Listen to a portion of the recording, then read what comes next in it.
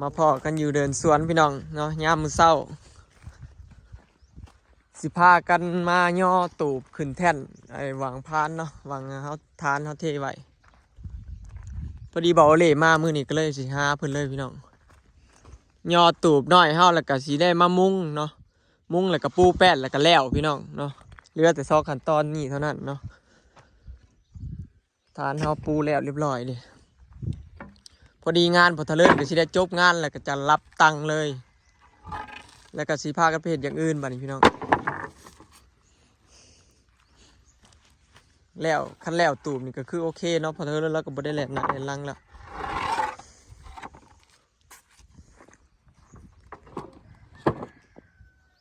หาเหือหาแห้งกันเด้อพอเธอเลอะซิมอนบันไซ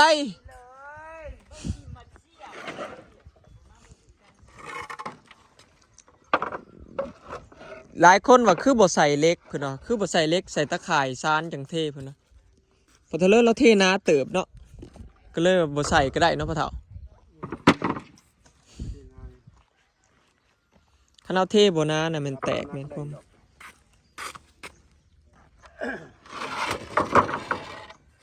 พอดีกับฟ้าวนั่นแหละพี่น้องเนาะคันแล้วไว้ก็ดี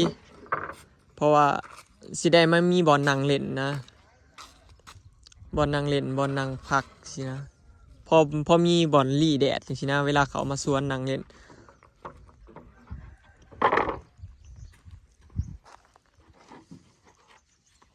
เป็นไดพี่น้องแท่น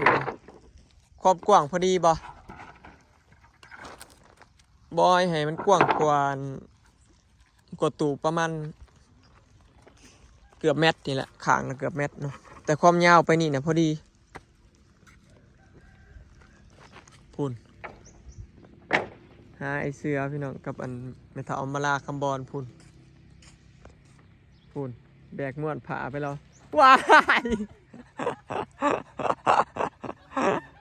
โอ้ยหาคอนเทนต์ให้อีกแล้วง่ายปังงังเอาไปเท่าเฮ็ดแสดงให้มันคือกว่านี้อารมณ์อีกบัดนึงได้อ่างเปาลายจนสีเสียสติ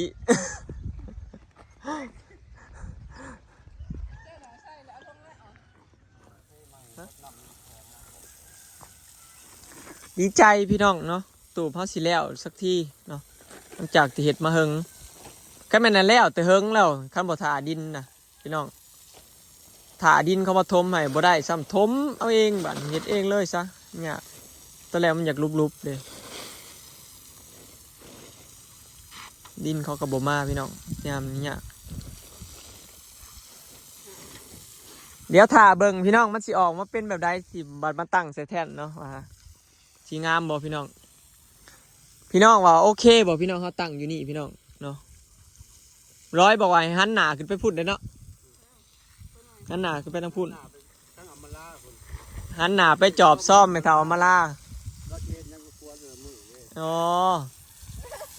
เราเสียนยังกระพัวเราแต่ละมืออ๋อก็เลยหันหน้าตู่ไปทางนั้นจอบซ่องโดยตรงอ๋อ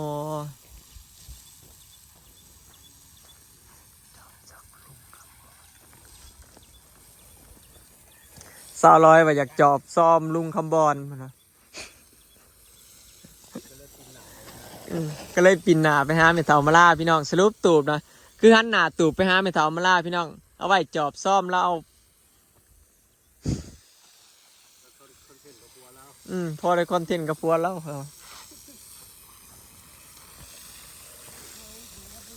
ขี้เล็กเข้าตาเจ็บเลยขี้เล็กบ่จอดนะบ่ตัดน้ำสิวอ๋อตัดเล็กนะล่างบ่ได้บ่เอาด้วยยาดีตานะพ่อเฒ่ายาแบบยาดีตานะบ่เอาตัวล่างมันโดยเฉพาะล่างซื่อๆอันนี้บ่ได้รักษาตานั่นคันเอาตัวรักษาตาน่ะคมอะไรกับบ่เศร้าเลยพอมันมีแนวเครื่องมันเด้มันติดอยู่ในข้างในตาเฮาอย่างนี้นะเฮาต้องล้างออกอย่างเดียว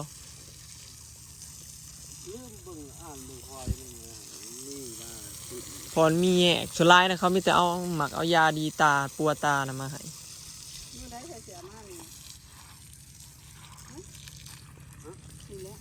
เดี๋ยวนี้นะ ไม่เท่ามากก็ใกล้สิได้หับตังค์แล้วเนาะ โอ้ย พอเท่าไรเบิ่งแล้ว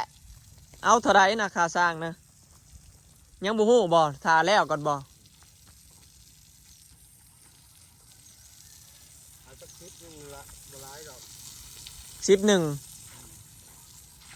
11ล้านกว่านี้ ล้านกว่ากีบบ่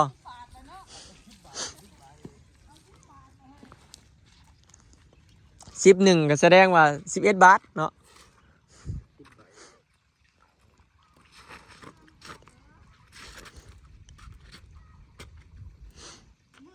ตอนแรกแต่ว่าสิให้เราเฮ็ดแต่ตู่พี่น้องเอาไปมานี่คือมีทั้งมาเฮ็ดอันนี้นำเด้มาเฮ็ดแท่นนี่นำเนาะก็เลยรวมไล่ค่าสร้างเพิ่มอีกเพราะว่าเรามาเฮ็ดแท่นให้อีกเด้ยกแยกบ่ได้แยกกากตูบเนาะฟ้าวมาย่อมื้อนี้พี่น้องเพราะว่าฟ้าวอยากให้มันแล้วนะมันขาดแต่ตัวเดียวนี่แหละย้ายไปอยู่พุ่นนั่นล่ะถ้าแม่นเราบ่ยากกันตั้งอยู่พุ่นนะพอทะเลเราใส่แป้นใส่สังกะสีแล้วพี่น้องอันนี้ย่านมันหนักเนาะก็เลยบ่ทันใส่เอาไปในได้สร้าง ห้ามไปเหรอ หามไปเลยบ่ เรื่องละ4 เอาเบื้องละ4 คน ได้บ่ เรื่องละ4ได้อยู่ หามาโลด เด้ทางผูกก็3-4แล้ว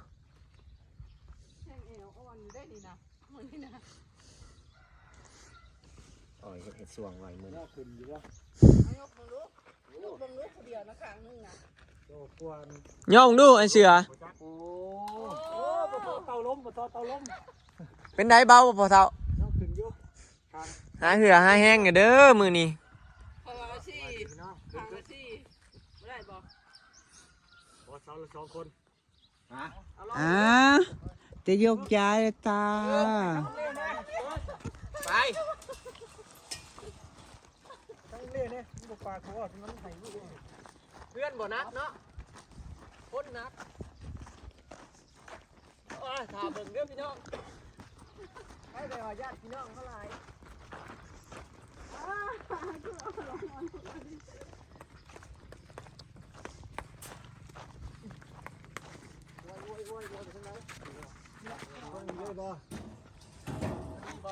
จัก นี่ทั้งพี่ได้นี่พูดทั้งนั้นคนเดิน พอดีเป๊ะเลย ปูพื้นว่านี่จ้ะมื้อนี้ให้ยกย้ายมาเพิ่นเอามา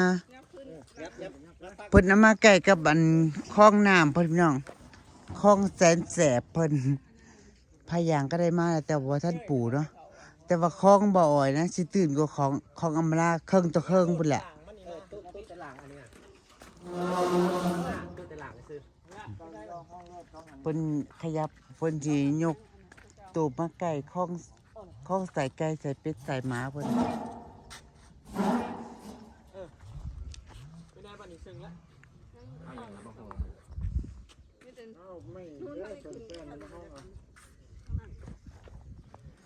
ล้มออกไปกับปูนที่นะ ไก่กับของนางเสลียงกับของนางของนาง ตื่นขึ้นเทิงอีกครับ ขนาดว่าให้พอทอเลิ่นเล่าอ่ะนะออกไปอีกน้อยหนึ่งนะพี่น้องยังว่าจะแคบอยู่แต่บอยวันนี้อยากแคบอยู่ เนาะขยะขยายยังย่อยแคบอีกล่ะ ยังอยู่ในนี้คือเดียวให้รถเขาดัน50ได้บ่ ประมาณ40-50 สาวประมาณ50นะคะตอนนี้มันแคบลงได้อ่ะมันหมดเสมอกันก็ได้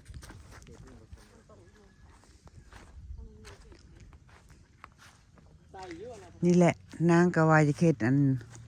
สะพานไม้ไผ่พี่น้องมาหนีนะมาหนีขามมาหนีเป็นคลองไม้ไผ่นางขึ้นมาหนีแล้วก็ไปหันเพราะว่าพื้นที่ของนางเพชรเป็นตัวยูเด้เพราะท่านไหนจะจอยมาคาดซ้ำ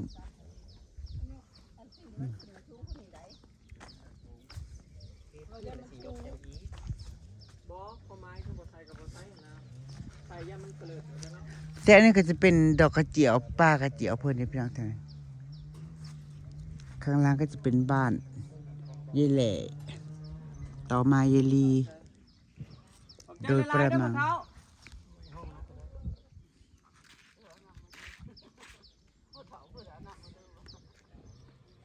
เ อันเรียบร้อยบ่สำนะ เรียบร้อยหลายคนซอยกันพี่น้องบ่อยากพอดีเบาเล่อยู่ก็เลยว่าหามื้อนี้ซะ เดี๋ยวจังสังกะสีเรียบร้อยนี่ บ่สังกะสีกับมันพอดีนะมีแต่มายิงใส่เด้มันบ่ได้ยากมุงสังกะสีนะเพราะว่าสังกะสีเขาตัดมาพอดีแล้วแล้วกับแป้นนี่กับบ่ทะเลิศเราตัดแล้วก็ทาสีเรียบร้อยมีแต่มาปูใส่แล้วก็ยิงน็อตเนาะ คัดก็เป็นห้องซ้ำบ้านล็อกดาวน์นี่ แม่นและห้องนอนหนึงนั่นแหละ คัดก็เป็นห้องนี่ซ้ำบ้านล็อกดาวน์เลย เป็นอะไรพี่น้องงามอยู่บ่พอมาตั้งนี่แล้วเนาะตูบน้อยข่อยถือว่าแล้วไป 80% เนาะเหลือแต่ใส่แป้นนั่งแล้วก็สังกะสีเนาะ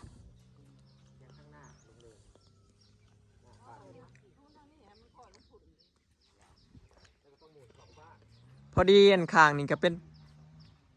ต้นอันกล้วยพี่น้องบอนนี้ก็เป็นดอกกระเจียวนะสลอยเพิ่นอยากตั้งนี่แหละแบบว่านั่งเบิ่งดอกกระเจียวเนาะยามปลูกดอกกระเจียวแล้วก็แนมเบิ่งป่าแนมเบิ่งต้นไม้สินะพี่น้องแล้วก็ลักๆก็คือไว้จอบซ่อมแม่เฒ่ามาลา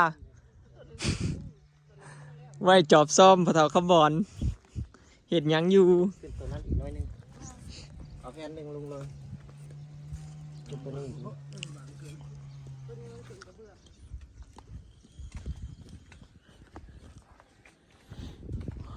เดี๋ยวเราสิเอาสีมาให้เก็บอันนี้เขามีสีกระป๋องอยู่เพราะว่าเขาอันนี้นะบอเห็นหยังกับมันบอท่าก็ได้นี่สีดแต่ในบอลเขาจอดนี่ โอ้แบบเอาฉีดบ่ประมาณฉีดบ่ เขามีอยู่ปองสีดอยู่นะแต่ว่าเป็นสีแดงกับยามันเขาสีดให้เก็บอันนี้ซื่อๆเด้เก็บห้อยเสื่อมสีดเก็บห้อยเสื่อมซื่อ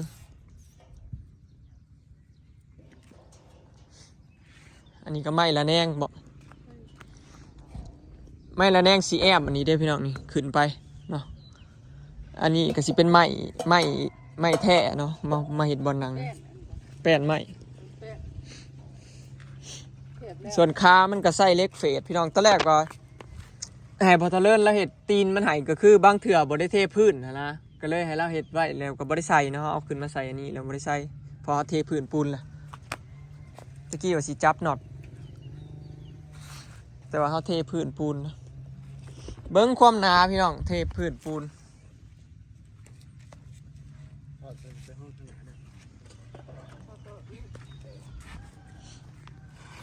เบาเล่กับมันเด็กบอยบ่ให้เมื่อพี่น้อง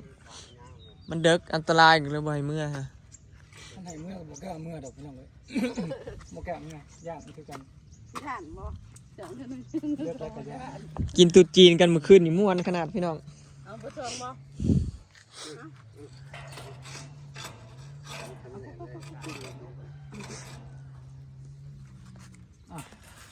ทางกลางนั่นเดี๋ยวมันจะไล่กันห้องกันเบิดเลย แอนเดียวบ่ได้ เอาแผ่นเดียวบ่ได้บ่เอาแผ่นเดียว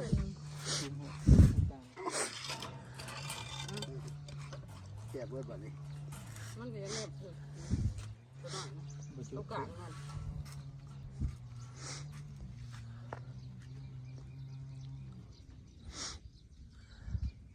ตุ้งไปเลยยังไงหนาปูนหมดยัง เอาแบบว่าเฮ็ดให้มันชุ่มดิ นอนดึกเมื่อคืนเลยเป็นหวัดอีกแล้วพี่น้อง ปรับให้มันนะโพด เจ็บคอถูกคนนั่นบ่ได้ บ่ห้องบ่เท่า มันสูงโพดเอาแผ่นไปจับจับฟังมันแผ่นปะ บัดเฮาใส่โอนชิงซ่าก็สิบ่โยกติเนาะบ่โยกดอกนี่นะหนักคือหยังเนาะเพื่อบัดใส่แป้นใส่สังกะสีก็หนักขึ้นไปอีกนะ แต่นักเล็กกับแม่ โอ้ยข่อยดีใจเด้พี่น้องเอ้ยข่อยถามมื้อนี้มาแต่เฮิงนั่นแหละอยากมาตั้งอยากให้ตูบแล้วนี่ข่อยอยากมานั่งเล่นบ่หยังเนาะ ดีใจได้เฮากันนะ กับเวลาบ่อ้อยมาเฮ็ดเวียกอยู่สวนสวนใส่พุ่นใส่หยังก็พอได้มานั่งพักแดดจังซี่นะลี่แดดลี่ฝนเนาะอันนี้มาฮดสวนดอกไม้ยามได้เลยฟ้าวนี้ฟ้าวแลนเมื่อมันแดดบ่มีบ่อนอยู่ มันมีอยู่อันเมื่อเฮือนบ่เพิ่งว่าเป็นชื่ออันชี้นะมันเก็บตัวนี้นะ เท้าปองน้อยๆก็ได้ เดี๋ยวซื้อมาดอก สีทาแป้นเขาเลยสั่งแป้นเทิงอันนี้สั่งทาเงินหลังไหนสั่งเบอร์ละสอง อยู่ในเนี่ยมันสีดำอันนี้มันเป็นสีขาวเด้เดี๋ยวสิซื้อป้องน้อยมาดอกพะเถาะเดี๋ยวสิบัตรตูบแล้วบ่ให้สิไล่ให้เนาะว่าเบิดเงินเท่าไรพี่น้องว่าเดี๋ยวสิไล่ให้เบิ่งเนาะว่าเบิดเท่าไรหลังจากเฮ็ดตูบหลังนี้เนาะสิเบิดงบเท่าไรแต่ว่าค่าสร้างนะเอาเลยบ่หรือว่าถ่าแล้วก่อนบ่พะเถาะแล้วก็จังแล้วแต่สร้างมาแล้วก่อนพี่น้องจังบ่พะเฒ่าเพิ่นอยากไว้จอบซ่อมอันแม่เฒ่ามาลาร้านเช้าเจ้านั่นอยากนั่งนี่แล้วก็แนมจอบซ่อมมันพะเฒ่าคำบอนเฮ็ดหยังแต่ละมื้อนั่น นี่นั่งนี่กระจึกนี่ซูมไปเลยพี่น้องนี่เฮ็ดหยังดีเนาะเพิ่นอยากอันลักๆก็คือที่ตั้งไว้นี่คือเพิ่นอยากนั่งเบิ่งดอกกระเจียวพี่น้องอันนี้เป็นบ่อนดอกอันปลูกดอกกระเจียวเนี่ยพ่อเฒ่าพอได้มานั่งเลยแย่งไปจังซี่นะแนมไปทางข้างเนี่ยเพราะว่าตูบนี่เฮาบ่ได้แอมได้ทางข้างพ่อเฒ่าปล่อยโล่งเลยสามารถนั่งหันหน้ามาทางนี้ก็ได้จังซี่นะหย่อนขา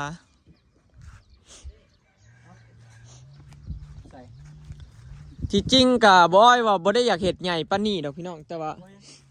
แบบมันความลึกนะ2.50 เมตรเนาะที่บอยเบิ่งมานะบอยเพิ่มเป็น3 เมตรเบิดเลยเนาะ3 เมตรกว่าความยาวตัวนี้ ความลึกนะกลายเป็น3 เมตรกว่าเนาะความกว้างนะ3 เมตรถ่วนพี่น้องเพราะเผื่อญาติพี่น้องเขามันหลายคนเลยพี่น้องนั่งนี่ก็พอดีกันเลยนี่ตูบใหญ่ส่วนนี้พอดีเลยเวลากินนั่นกินนี่กับญาติพี่น้องเขาหลายเลยบ่ได้เบียดซีกันนั่งสินะ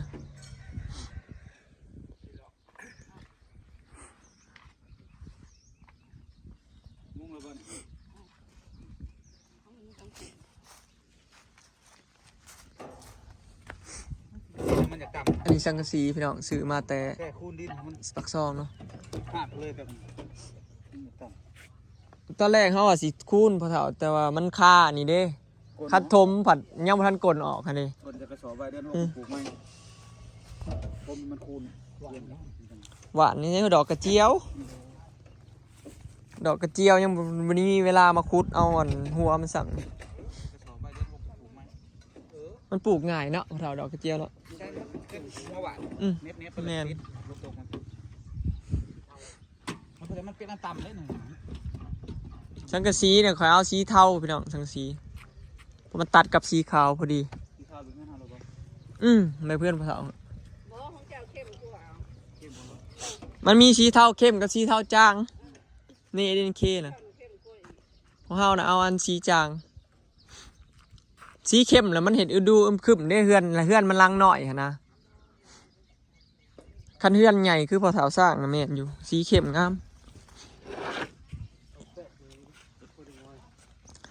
เฮือนพอเฒ่าสร้างก็ใกล้เลยนะพี่น้องมุงหลังคาสิมื้อนี้แล้วมาจักบ่เพดานลมเนาะของเฮานะบ่แล้วจักเถื่อถ่าเขามาส่งสังกะสีเนี่ยเขาบ่มาจักเถื่อสร้างเข้ามาแต่ละมื้อเนี่ยมีแต่คล้องฐานเขามาส่งขอบสังกะสีขอบขางนะจังว่าบ่ได้มุ่งจักเถื่อนะแล้วแต่เฮิงเลยNK แล้วโทรไปมื้อใดก็มีแต่ว่าสิมามื้อนี้บ่มาเลย3 มื้อเลยสงสัยสิได้ไปนำเอาแล้วนึงพอเว้ากับเขาแล้วเด้พี่น้องว่า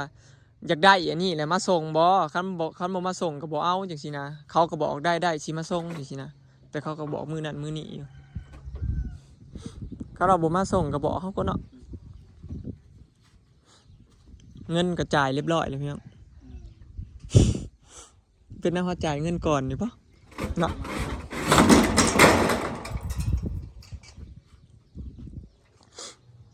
ตูบยุคใหม่พี่น้องบ่มีขาวบ่มีชีนัวมีแต่ขาวอย่างเดียว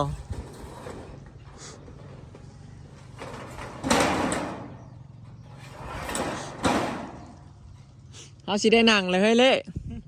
ดีใจเบ้ยคอยถามมือนี้มาแต่เฮงล่ะ คอยกับต่อไปกับสีมาเห็ดอันปูผาย่างคล้องใส่ไก่พี่น้องบ้านนี้ต่อไปเนาะ ด้วยทั้งเม็ดได้พวกพวกมันเนี่ย บ่เทิงแมทบ่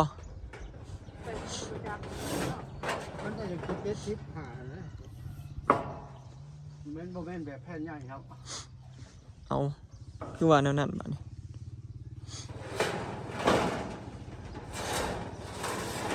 มันสิบ่พอสิ อ้าว ธรรมดามันแผ่นใหญ่กว่านี้ เอามันมีแผ่นหน้าน้อยหน้าใหญ่อีกเนาะเอาเขาคือบ่ว่าเอาแนวใดวะ เอาตัวบ่เอาแบบแผ่นแมทหนาแมทเด้อ เขาก็ลืมซะเขาคิดว่าเขาไล่เอาหน้าแมทชุดแล้วก็ไล่ราคาเงินเขาแสดงว่าซื้อมาแพงซื้อๆแสดงว่า เอาก็ให้เขาเอามาให้มาอีก เดี๋ยวพอเท่าใส่รถคันบ่พอจักแผ่นจังว่ากันอีกเฮาซื้อมาใหม่ก็ได้ซื้อมาเพิ่ม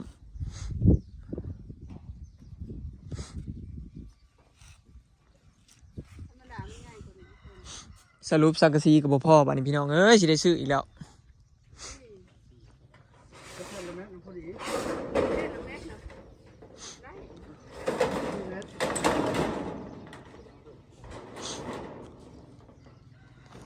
สิมาเพิ่มได้บัดนี้มันสิบ่กระเทินบ่ ใช่แล้วมันเรื่องกันร้ายบอกเรื่องคำบอกพอดีตัดแล้วคันแบบใช้ขอบข้างนะมันเกินหรือว่ามันรุดกับใต้บอกคือนั่นมันรุดของชาวเส้นเขาก็ขอบข้างจะได้ เด็กของเฮากับสังกะสีขอบข้างกันเด้ เดี๋ยวว่าบ่ให้ใส่ ฮะ เดี๋ยวว่าบ่ให้ใส่ขอบข้าง อ้าวคือบ่ใส่ หมูมาบ่มา ใส่แล้วก็ทาสีขาวอะเนาะเมียข่อยน่ะบ่อยากใส่อีกแล้วพี่น้องเอ้ยอิหยังก็บ่อยากใส่ ต้องให้มันเห็นมันขอบข้างให้มันเห็นนั่นนี่เลยให้มันเห็นเล็กแบบนี้เลย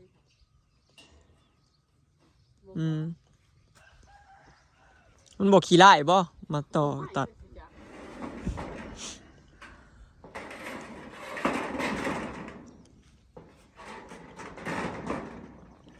บ่พอ2-3แผ่นมาจาก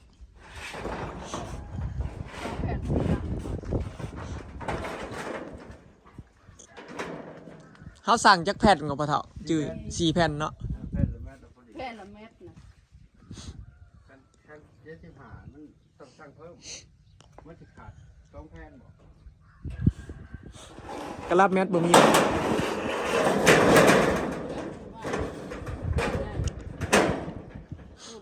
สรุปขาด2แผ่นอีหลีว่าจัง มันสอง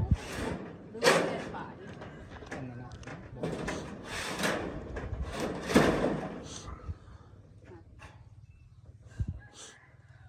แผ่นหนึ่งบ่เทิง เอาแผ่นหน้าแมทเทิงบ่ ต้องอันนี้ สมมุติว่าเฮาเอาแผ่นตัวที่มันหน้าแมทนะคือจะเอาคันบ่มีก็เอา2แผ่นจังซี่นะพ่อเฒ่าวัดเบิ่งคันว่ามันบ่มีก็เอา2คันว่ามันมีก็เอาอันเดียวจังซี่นะสรุปสังกะสีบ่พออีกพี่น้องบัดนี้เอ้า ข้างหน้าข้างหลังพอบ่ เอามาทั้งนี้ก็ต้องบ่พอคือกันเอามา4แผ่นคือกันเด้ แม่นมันซ้ำกันคือจะว่าต้องได้ซื้อทั้งหน้าทั้งหลังจื้ออยู่จักแมทอันนี้จักแมทตัวนั้นจักแมท ตัวได้2เม็ดเนาะตัวนี้เนาะ